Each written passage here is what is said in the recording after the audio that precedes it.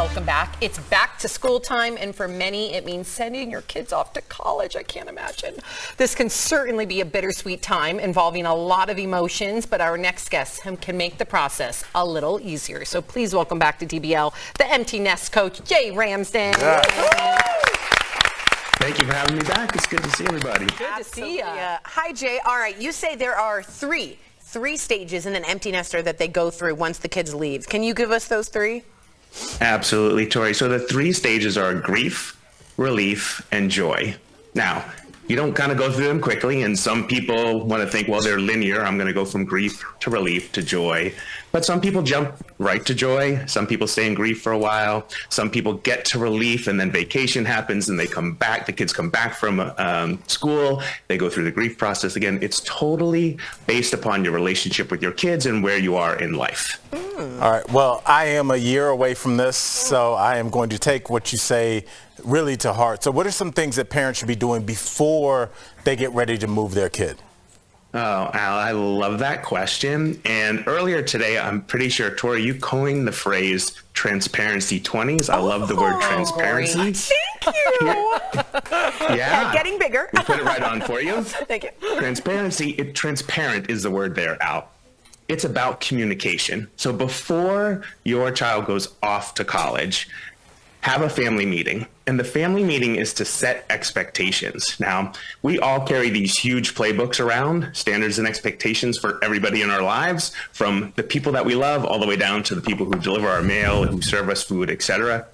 The people in our own lives, we never tell them what those standards and expectations are. So when it comes time for the college drop-off, sit down, have a family meeting, and find out what mom expects, what dad expects, what the college soon-to-be freshman expects, and the other siblings in the house. Everybody has expectations for how that's going to go. You don't have that conversation, and it's this flurry of activity, and nobody's expectations are being met. Oh, okay, so that makes perfect sense. But what should I do after I drop my daughter off at, because I'm going to be a mess? Have tissue. I'm going to be a mess. And other than having your car full of tissues, yes. The thing that you should do is have a conversation. So if you have a partner or spouse, set a time to have that conversation and do it fairly quickly after you have the college drop off. I recommend going on a date night.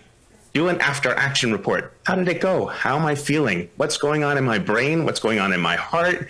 And here's what I need to get through these next couple of months until they come home from school. Oftentimes people go home, they go right back to business as usual. And for the one who was at home, who was the CEO of the home, it's not business as usual. You may go back to work, right? You live your life that way. But the person who was in charge of the household, things are totally different for them. So find out what's going on there. Jay, you are tugging on my heartstrings. I'm a long way from this, but from what people tell me, it happens in the blink of an eye. So here's the thing. You drop your kid off. You use the tissue.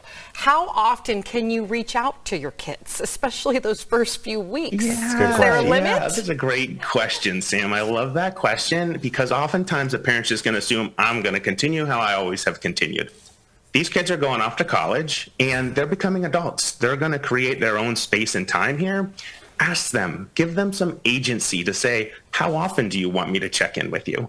Or is it okay for me to check in with you once a week or twice a week? Have that conversation again before you go and drop them off at college. Figure out what's the right way to do it. It could be a weekly call on Sundays. It could be a Zoom call on Sundays. Figure out what works best for them, not for you. It'll make it go so much easier. All right, Jay, how about the flip side of this coin? What do you say to parents that feel happy after dropping their kids off at college? Does this make them bad parents? No, Jeff, it doesn't make them bad parents at all. Again, it's our relationships with the kids, right? Some people do just jump right there because they feel like, okay, well, I've done my job. The kids are off doing their thing. I'm going to live my life. And ultimately, that's where we want to get everybody who's empty nesting to get to feel to that stage in life. It's okay if you're not there yet. It's okay if you start at the grief part. It's all okay because all feelings are valid no matter where you are on that continuum. I love this. Jay, thank you so helpful. much. I know. Man, I'll be reaching out. I'll be DMing in a year. Poor Jay. There you go. Reach out. Nation, you can find more tips on how to survive the empty nest years by following Jay on social media, or you can check out his website. Thank you again, Jay, for all this great information. We'll be right back. Thanks, Good to see you.